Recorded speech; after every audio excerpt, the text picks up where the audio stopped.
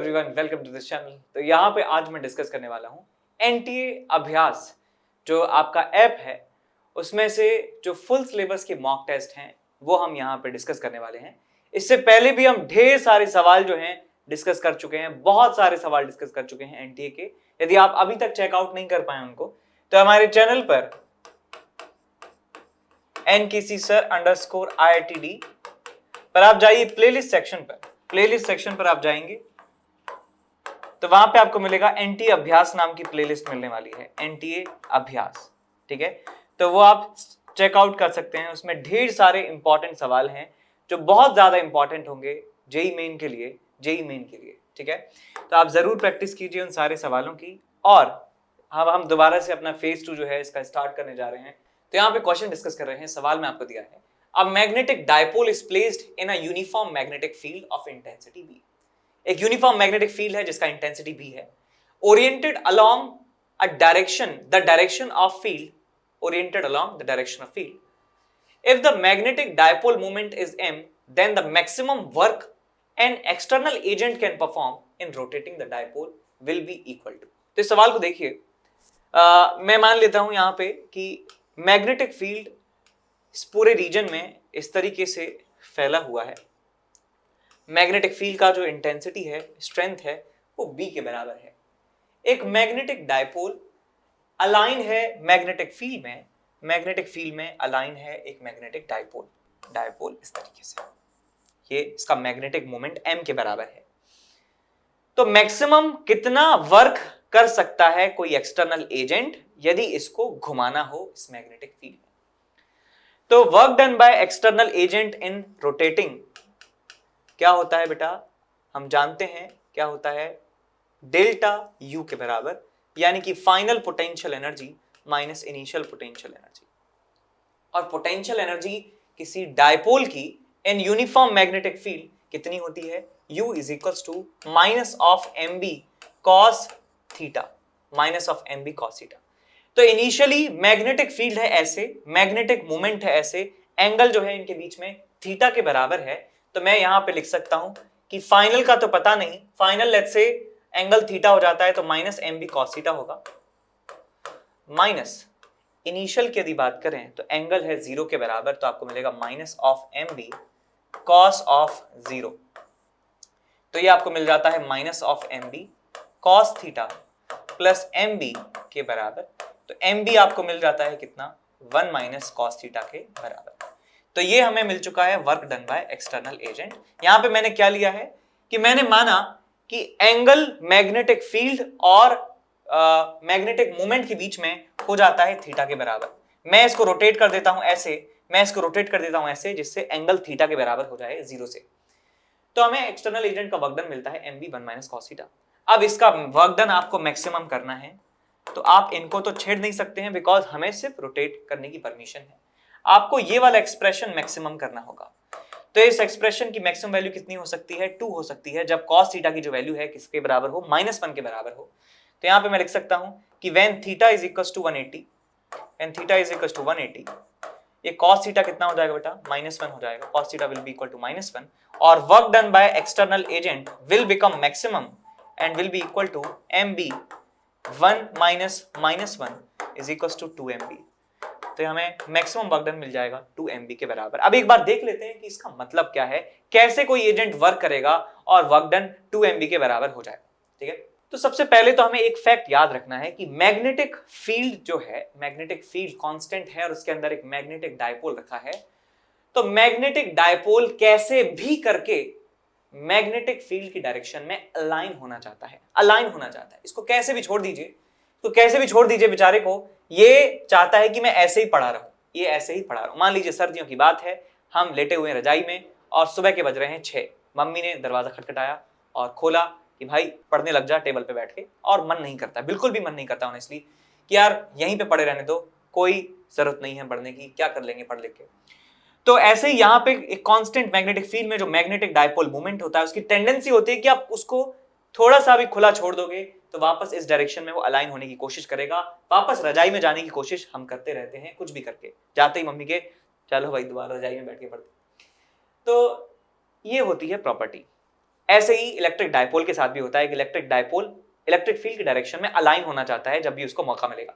तो भाई ये जब हम मैग्नेटिक डायपोल को हम ऐसे रोटेट करेंगे तो ये कोशिश करेगा कि ये वापस ऐसे पहुंच जाए, और वो कोशिश कैसे होती है कि इस मैग्नेटिक डायपोल के ऊपर जो है फोर्स लगने लगता है और वो फोर्स इसको वापस से इस डायरेक्शन में रोटेट करने की कोशिश करता है। तो हमें करना क्या है, एक्सटर्नल एजेंट को करना होता है कि हम धीरे धीरे एक ऑपोजिट टॉर्क लगाकर हम इस डायपोल को रोटेट कर दें, और कितना रोटेट कर दें, 180 डिग्री रोटेट कर दें, उससे हमें मैक्सिमम वर्क डन जो है मिल सकता है। तो मैक्सिमम वर्क डन 2 MB हो सकता है, 2 MB से ज्यादा वर्क डन जो है कर ही नहीं सकता है इसको सिर्फ और सिर्फ रोटेट करने में, ठीक बात। एक चीज और याद रखें कि जब एंगल होता है 0 डिग्री तो स्टेबल इक्विलिब्रियम में होता है। स्टेबल इक्विलिब्रियम का मतलब यदि यहाँ पे इसको थोड़ा सा डिस्प्लेस करूंगा तो वापस इस पोजीशन में आ जाएगा, इस तरीके से वापस इसी पोजीशन में आ जाएगा इसको थोड़ा सा डिस्प्लेस करने पर। और जब एंगल जो है 180 डिग्री होता है तो ये अनस्टेबल इक्विलिब्रियम में होता है। मान लीजिए इस डायपोल को मैं ऐसे कर देता हूं, 180 डिग्री बना देता हूं, और फिर थोड़ा सा भी डिस्टर्ब करूंगा ना तो वापस इस पोजीशन में वो आ जाएगा, अपनी इक्विलिब्रियम पोजीशन में वो नहीं आएगा, ठीक है। तो 0 डिग्री पे स्टेबल इक्विलिब्रियम, 180 डिग्री पे अनस्टेबल इक्विलिब्रियम। ऑलरेडी बता चुका हूं काफी बार, फिर भी बता दिया है। अब समझ में आया आपको ये? Hello my dear students, I am Neeraj Kumar Chaudhary your physics teacher. बच्चों, एक बहुत ही इंपॉर्टेंट इवेंट के बारे में मुझे आपको बताना है। अनअकैडमी सुपर 20 ये एक इवेंट है जिसमें जो कि नवंबर 30 से दिसंबर 12 तक चलेगी। इसमें 2 टेस्ट होंगे, उनके बेसिस पे जो टॉप 500 रैंकर्स होंगे उनको इन पर्सन 2 डेज का बूट कैंप प्रोवाइड किया जाएगा, ठीक है बच्चों। इसमें क्या होगा, बूट कैंप में पर्सनलाइज स्कोरबोर्ड होगा, एनालिसिस सेशन होंगे बाय टॉप एजुकेटर्स, और आपको इसमें 100% स्कॉलरशिप जीतने तक का मौका मिलेगा, ठीक है बच्चों। अब जितने भी एक्सपेंसेस हैं वो सब अनअकैडमी के द्वारा बियर किए जाएंगे इस 2 दिन के बूट कैंप में, ठीक है ना। इसमें गाइडेंस होगा, स्टडी प्लान होगा, ट्रिक्स होंगी टॉप एजुकेटर्स के द्वारा जिन्होंने टॉप रैंकर्स को पढ़ाया, जो भी अनअकैडमी से रैंक्स आई है, ठीक है बच्चों। और एक बात और बतानी है, ऑल स्टार क्रैश कोर्स 3.0 ये नया बैच स्टार्ट किया गया है 11th क्लास के स्टूडेंट्स के लिए, जिसमें 4 महीने में पूरा सिलेबस कराया जाएगा ताकि आप 12th क्लास में उन बच्चों के साथ आ जाओ जो बहुत पहले से रेगुलर पढ़ाई कर रहे हैं, ताकि आप में और उनमें कोई अंतर ना रहे, ठीक है ना। तो ये बैच 1 दिसंबर से स्टार्ट हो रहा है, 4 महीने पूरा सिलेबस, और ये उन बच्चों के लिए है जो JEE 2023 में देंगे, यानी कि 11th क्लास के स्टूडेंट्स के लिए, ठीक है बच्चों। तो जल्दी से जल्दी इसके लिए एनरोल कर लीजिए। Thank you. अब चलते हैं आगे अगले सवाल की तरफ। अगला सवाल है हमारे पास कि कैपिलरी ट्यूब है जिसका रेडियस है r, is lowered into a liquid of surface tension T and density rho. The angle of contact between solid and free surface of the liquid is theta is equal to 0. During the process in which the liquid rises in the capillary, the work done by the surface tension is equal to. तो कितना work done करना होगा surface tension को उस liquid को rise करने के लिए। तो इस सवाल को सॉल्व करने के लिए आपको पूरा मैकेनिज्म पता होना चाहिए, तब आप बिल्कुल क्रिस्टल क्लियर तरीके से आप इस सवाल को एक्यूरेटली सही तरीके से सही कर सकते हैं। तो ये हमारे पास है कुछ सिचुएशन ऐसी कि एक कंटेनर है और कंटेनर में अभी कुछ नहीं है, अब कंटेनर में जो है पानी भरना स्टार्ट करते हैं। तो कंटेनर में जब हम पानी भरते हैं तो कायदे से जो पानी है वो यहां तक होना चाहिए, यानी कि ट्यूब के अंदर बात करें या ट्यूब के बाहर बात करें, पानी का जो लेवल है वो सेम होना चाहिए। लेकिन ऐसा नहीं होता है because of the phenomena surface tension. अब वो क्या फिनोमिना होता है वो आप देखिए। यदि हम माइक्रोस्कोप लगाकर देखें तो जो हमारा कांटेक्ट होता है वाटर का ग्लास वॉल के साथ, वो ऐसा होता है, थोड़ा सा कर्वी नेचर का होता है, इस तरीके से कांटेक्ट में ये होता है। तो यहाँ का प्रेशर ज्यादा है, यहाँ का प्रेशर कम होता है, यहाँ का प्रेशर ज्यादा होता है, यहाँ का प्रेशर कम हो जाता है इस सरफेस टेंशन की वजह से। तो इस प्रेशर की कमी, क्योंकि प्रेशर की कमी है और ये देख नहीं पा रहा है, तो प्रेशर की कमी को पूरा करने के लिए यहां से जो लिक्विड है ये रश करने लगता है, यानी कि ये बाढ़ आ जाती है नीचे से बाढ़ आ जाती है। और बाढ़ आती क्यों है? बिकॉज यहाँ पे प्रेशर हमें बढ़ाना है, प्रेशर बाहर के बराबर करना है। तो लिक्विड क्योंकि यहां से अंदर आ रहा है तो लिक्विड इसमें जो है चढ़ने लगता है, लिक्विड जो है चढ़ने लगता है इस तरीके से और लिक्विड आ जाता है ऊपर। तो आप कहोगे सर अभी भी तो प्रेशर ज्यादा और प्रेशर कम है। प्रेशर ज्यादा और यहां पे कम तो रहेगा ही, लेकिन यहां की समस्या जो है सॉल्व हो चुकी है। यहां की जो समस्या है वो सॉल्व हो चुकी है कि यहां का जो प्रेशर है वो यहां के प्रेशर के बराबर हो चुका है, यहां का प्रेशर यहां के प्रेशर के बराबर हो चुका है। इस सवाल को ऐसे समझ सकते हैं कि मान लीजिए आपके घर के सामने एक रोड में गड्ढा हो चुका है, आपने कंप्लेन किया और गड्ढा जो है भर गया। अब एक गड्ढा तो भर दिया, लेकिन जितनी देर में गड्ढा भरा है उतनी देर में ही थोड़ी देर आगे गड्ढा दूसरा बन गया है। तो इसको हम क्या कहेंगे कि भाई एक जगह की समस्या सॉल्व हो गई लेकिन आगे की समस्या आ चुकी है। तो ऐसे यहां पे होता है कि यहां का प्रेशर जो है कमी आने पर यहां से जो लिक्विड है रश करने लगता है और इसमें लिक्विड चढ़ने लगता है, जिससे यहां का प्रेशर यहां के बराबर आ जाए। लेकिन अभी भी यहां और यहां के बीच में प्रेशर की कमी रहती है, यहां अभी भी ये प्रेशर का भूखा है, ये वाला पॉइंट प्रेशर का भूखा है। तो ये जो पूरा काम है इसको फोर्स के पॉइंट ऑफ व्यू से देखें तो फोर्स इस लिक्विड के ऊपर लगता है। देखिए ध्यान से, ये वाला जो पार्ट है इसके ऊपर फोर्स लगता है। ये जो आपके पास यहां पे मैं इसका डायग्राम बनाऊं और अच्छे से, तो ये कुछ ऐसा हमें दिखता है, ऐसा आपको दिखता है, ठीक है। ये होता है वाटर का सरफेस ऐसा, ठीक है। तो सरफेस टेंशन की वजह से फोर्स जो है ऊपर की तरफ लगता है, ये फोर्स ऐसे लगता है और कह सकते हैं कि ये फोर्स ही इसको ऊपर की तरफ चढ़ा ले जाता है। इस पानी को एक खींच के ले जाता है, ऐसे जैसे टोकरी को खींच के ले गए हों। और इस फोर्स की जो वैल्यू है, इस टोटल फोर्स की वैल्यू, ये जो टोटल फोर्स लग रहा है इसकी वैल्यू होती है surface tension T into 2πr। ये फोर्स होता है और ये फोर्स कांस्टेंट होता है, ठीक है। तो मैं यहाँ पे वर्क डन की यदि बात करूं तो वर्क डन मैं कह सकता हूं कि कांस्टेंट फोर्स की वजह से डिस्प्लेसमेंट हुआ है h। तो work done by surface tension हम लिख सकते हैं कि force which is T into 2πr into height कितना ऊपर चढ़ गया है पानी, h के बराबर। और h का फॉर्मूला भी हम जानते हैं कितना होता है, 2t upon rho R G, 2t upon rho R G. तो t इंटू 2πr ये मिल जाएगा आपको 2t upon rho R G के बराबर। तो एक r से एक r कैंसिल आउट हो जाता है और सब ठीक है। तो 4 pi T square divided by rho g हमें यहाँ पे आंसर मिल जाता है work done by surface tension. Work done by surface tension is equal to 4 pi T square divided by rho g, 4 pi T square divided by rho g. इसके बाद चलते हैं अगले सवाल की तरफ। सवाल आपसे कहता है कि एक पॉइंट ऑब्जेक्ट है और वो प्लेस्ड है एक प्रिंसिपल एक्सिस पर। पॉइंट ऑब्जेक्ट को प्रिंसिपल एक्सिस पर रखा गया है ऑफ अ कॉनकेव मिरर के at a distance of 15 centimeter from the pole, 15 centimeter pole से।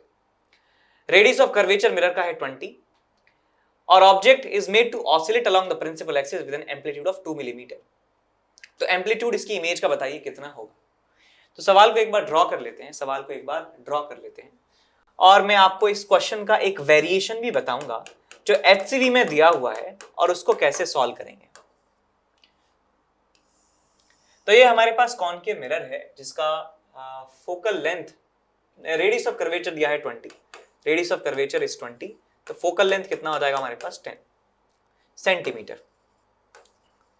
पोल से 15 सेंटीमीटर दूर, यानी कि यहां इसका रेडियस ऑफ कर्वेचर कहीं होगा, सेंटर ऑफ कर्वेचर, यहां होगा इसका फोकस। तो फोकस और सेंटर ऑफ कर्वेचर के बीच में कहीं आपके पास ऑब्जेक्ट रखा हुआ है जो कह सकते हैं यहां से 15 सेंटीमीटर दूर है। अब ये ऑसिलेट करता है 2 मिलीमीटर से ये ऑसिलेट करता है, 2 मिलीमीटर से ऑसिलेट करता है। 2 मिलीमीटर बहुत छोटा होता है, 0.2 सेंटीमीटर। तो 0.2 सेंटीमीटर ये इधर और 0.2 सेंटीमीटर ये इधर जाता है। तो मैं कह सकता हूं कि ये ओवरऑल जो डिस्टेंस ट्रेवल करता है वो कितना है, इसका 0.4 सेंटीमीटर के बराबर कह सकता हूं। तो मान लीजिए कि ऑब्जेक्ट इतना बड़ा है, 0.4 सेंटीमीटर है साइज ऑफ ऑब्जेक्ट, तो इसका इमेज का साइज कितना होगा। तो इमेज का साइज हम जानते हैं कि जब प्रिंसिपल एक्सिस के अलोंग हम मैग्निफिकेशन देखते हैं तो उसे क्या कहा जाता है, लेटरल मैग्निफिकेशन उसे कहा जाता है। लेटरल मैग्निफिकेशन आप इसे कह सकते हैं, लेटरल मैग्निफिकेशन हम इसे कह सकते हैं। इसको लेटरल तो वो हो गया ना, ये लॉन्गिट्यूडनल मैग्निफिकेशन हो जाएगा, ठीक है। क्या हो जाएगा, लॉन्गिट्यूडनल मैग्निफिकेशन हो जाएगा, लॉन्गिट्यूडनल लेंथ के अलोंग। प्रिंसिपल एक्सिस के अलॉन्ग, इसको हमने लॉन्गिट्यूडनल मैग्निफिकेशन बोल दिया है। और इसका फॉर्मूला होता है dv by du is equals to minus of v square by u square, minus of v square by u square. तो भाई आप पहले इमेज निकाल लीजिए, कहां पर इमेज बनेगा। तो मैं यहाँ पे मिरर इक्वेशन लगा सकता हूँ 1/v plus 1/u is equals to 1/f। So 1/v plus 1/-15 is equals to 1/f which is -10। तो आपको मिल जाएगा 1/v is equals to 1/15 minus 1/10। आपके पास ये 150, 15 से गया 10 बार, 10 से गया 15 बार, और आगे आपके पास 1/v। तो v की वैल्यू आ जाती है आपके पास -30 सेंटीमीटर के बराबर। -30 मिल चुका है v का वैल्यू। तो आप यहां से निकालिए ये dv/du। du जो है ऑब्जेक्ट का कितना लेंथ है 0.4 सेंटीमीटर इज इक्वल टू कितना हो जाएगा minus of v square. v square is 30 का square which is 900 divide by u का स्क्वायर विच इज 15 इंटू 50। सो 15 से गया 6 बार, 60 बार, 15 से गया 4 बार, तो आपको मिल गया यहाँ से dv is equal to 4 into 0.4। Magnitude आपको मिल जाता है 1.6 सेंटीमीटर के बराबर। तो 1.6 centimetre will be the value of this total length. This total length कितना बनेगा ये 1.6, और ये किसके बराबर है 2 टाइम्स एम्पलीट्यूड के बराबर। तो यहां से हमें नया एम्पलीट्यूड मिल जाएगा इमेज का 1.6 divide by 2 is equal to 0.8 centimetre या 8 मिलीमीटर हम कह सकते हैं, इसका एम्पलीट्यूड हो जाएगा 8 मिलीमीटर। अब इस सवाल का थोड़ा सा वेरिएशन क्या है, क्योंकि यहाँ पे जो डिस्टेंस थी ऑब्जेक्ट की, जो उसका एम्पलीट्यूड था बेसिकली, वो बहुत ज्यादा छोटा था as compare to the other dimensions. तो हमने ये वाला फॉर्मूला इस्तेमाल कर लिया।